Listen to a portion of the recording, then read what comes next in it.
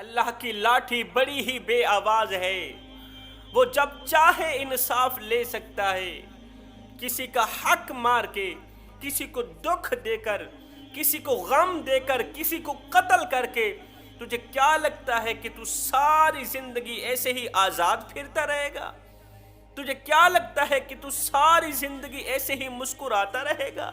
نہ بندے نہ، بس وقت کے الٹنے کی دیر ہے، بس سورج کے غروب ہونے کی دیر ہے، یہ لمحات گزرنے کی دیر ہے۔ وہ وقت دور نہیں ہے، وہ وقت قریب ہے کہ جس دن تجھے بھی اپنے کیے کا حساب دینا پڑے گا، جس دن تجھے بھی اپنے کیے کی سزا بھگتنی پڑے گی، کیونکہ کسی کا حق مارنے والوں کا حق غصب کیا جاتا ہے، کسی کو دکھ دینے والوں کو دکھ دیا جاتا ہے، کسی کو قتل کرنے والوں کو 25 سال 30 سال بعد بھی قتل کیا جاتا ہے۔ بنی اسرائیل کی ایک غریب عورت تھی، اس کا ایک بیٹا تھا، صبح کو کھاتے ہیں شام کے لیے نہیں ہوتی، شام کو کھاتے ہیں صبح کے لیے نہیں ہوتی۔ غربت نے گھر کو اپنی لپیٹ میں لے رکھا ہے، سارا گھر غربت کی دلدل میں پھنسا ہوا ہے۔ 3 دن کی بھوکی یہ عورت، 3 دن کا بھوکا اس کا بیٹا، ایک دن نماز میں عبادت میں مشغول ہیں۔ اللہ کا کرنا ایسا ہوا، ایک گائے دوڑتی ہوئی ان کے گھر میں آئی، خوبصورت سی طاقتور بہت زیادہ مہنگی اور قیمتی گائے تھی، خوبصورت سی گائے دوڑتی ہوئی ان کے گھر میں آئی۔ اللہ نے اس گائے کو بولنے کی توفیق دی، بولنے کی ہمت دی۔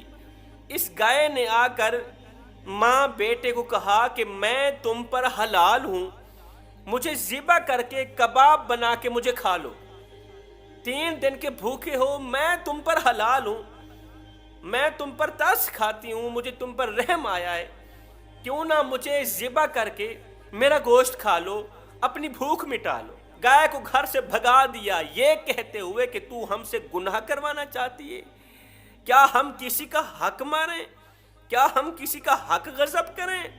غربت آ بھی گئی ہے تو ہمیں اللہ کا شکر ادا کرنا چاہیے۔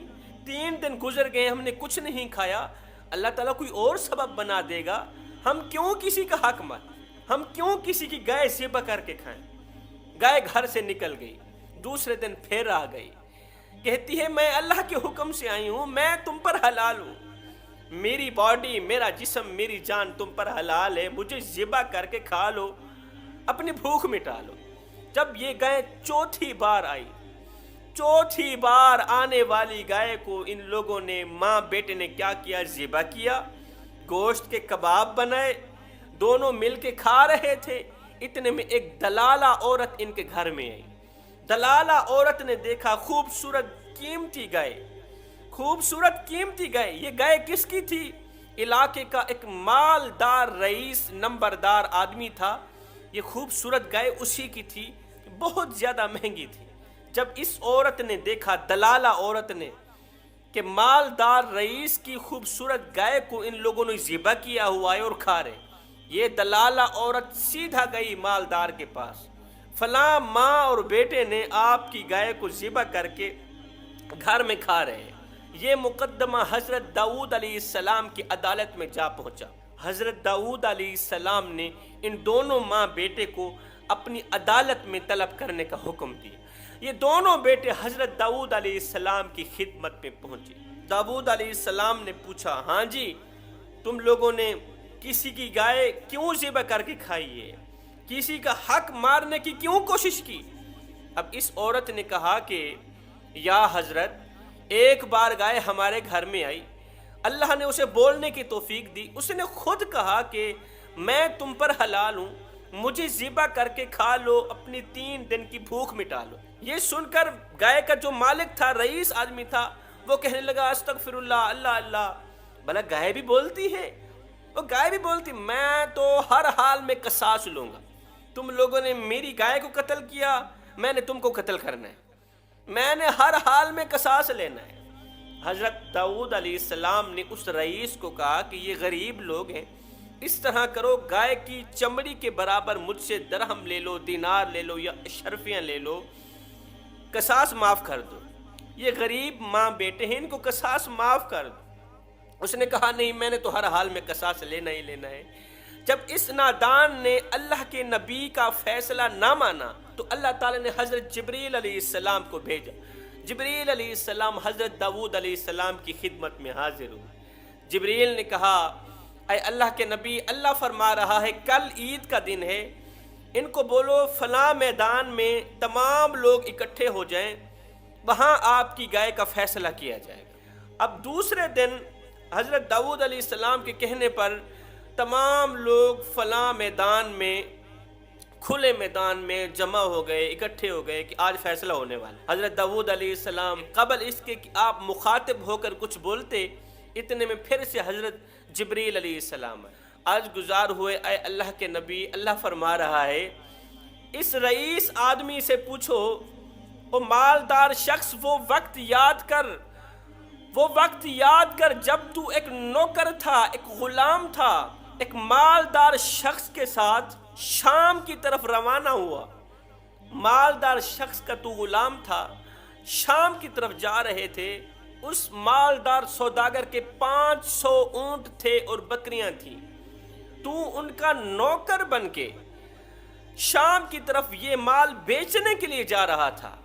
راستے میں شیطان نے تجھ پر حملہ کیا، شیطان نے تجھے ورغلایا، کیوں نہ کہ اس سوداگر کو، اس مالک کو مار کر ان تمام اونٹوں کا مالک میں ہی بن جاؤں، بہتر نہیں رہے گا؟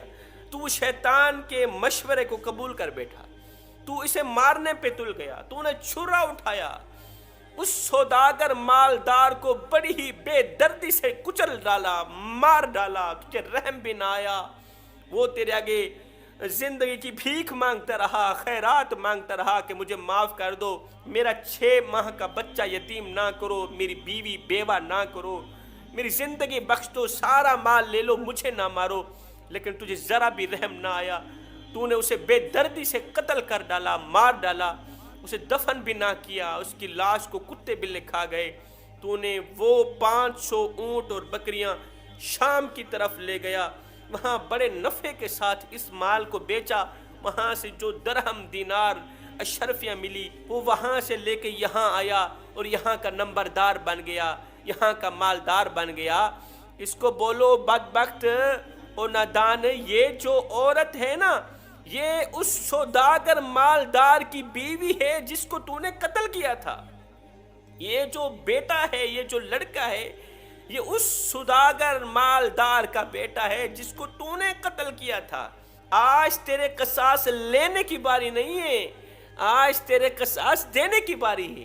اور تیرے پاس جو مال ہے، پیسہ ہے، بنگلے ہیں، سب کچھ اسی عورت کا ہے۔ بہت سے لوگ جمع تھے، یہ ساری حقیقت حضرت داؤد علیہ السلام نے اس رئیس کو سنا دی۔ رئیس نے جیسے ہی یہ حقیقت سنی، اس کے پاؤں تلے زمین نکل گئی، کانپنے لگا، تھرانے لگا، ایک دم کہنے لگا اللہ کا نبی ہو کر تو جھوٹ بولتا ہے، جھوٹ بولتا ہے معاذ اللہ۔ جب اس نے اللہ کے نبی کو جھوٹا کہا تو اللہ نے اس کی زبان کو بند کر دیا۔ یہ بولنے سے قاصر ہو گیا، کوشش کرتا ہے بولنے کی لیکن نہیں بول سکتا جب اس نے اللہ کے نبی کو جھوٹا کہا۔ اب کیا ہوا؟ اس کے دونوں ہاتھوں نے گواہی دی کہ واقعی میں چور ہوں، اس کے دونوں ہاتھوں نے گواہی دی، اس کے پیروں نے گواہی دی، اس کے دل اور دماغ نے گواہی دی کہ واقعی اس نے اس سوداگر کو قتل کیا تھا، مال چھینا تھا، حق مارا تھا، حق غصب کیا تھا، شام کے بازاروں میں جا کر مال بیچ کے وہاں سے پیسہ روپیہ لے کے یہاں کا نمبردار بن گیا۔ دنیا حیرت میں پڑ گئی، دنگ رہ گئی کہ آخر یہ کس طرح کا فیصلہ ہوا، یہ کس طرح کا قصاص لیا جا رہا ہے۔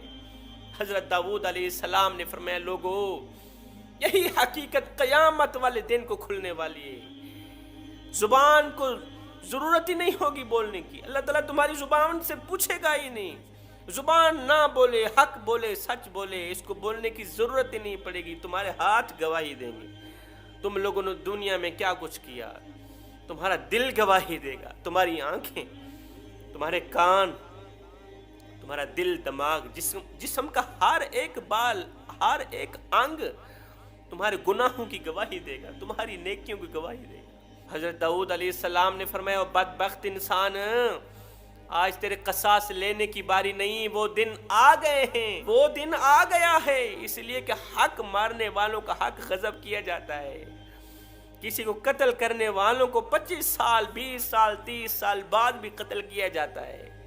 حضرت داؤد علیہ السلام نے اس مرنے والے سوداگر کے بیٹے کو کہا تلوار اٹھاؤ، اس کا سر تن سے جدا کر دو، اس کا سارا مال آپ کا ہے، جتنے اونٹ ہیں، جتنی بکریاں ہیں، جتنا پیسہ ہے، دولت ہے، سب کچھ آپ لوگوں کا ہے، اور وہ جو گائے آپ لوگوں نے ذبح کر کے کھائی تھی وہ واقعی تم پر حلال تھی۔ اللہ تعالیٰ نہیں چاہتا تھا کہ تمہارا حق کوئی اور کھائے گا تو کتنے دن کھائے گا؟ 2 دن 4 دن 5ویں دن تمہارا حق تم پر آ ہی جائے گا۔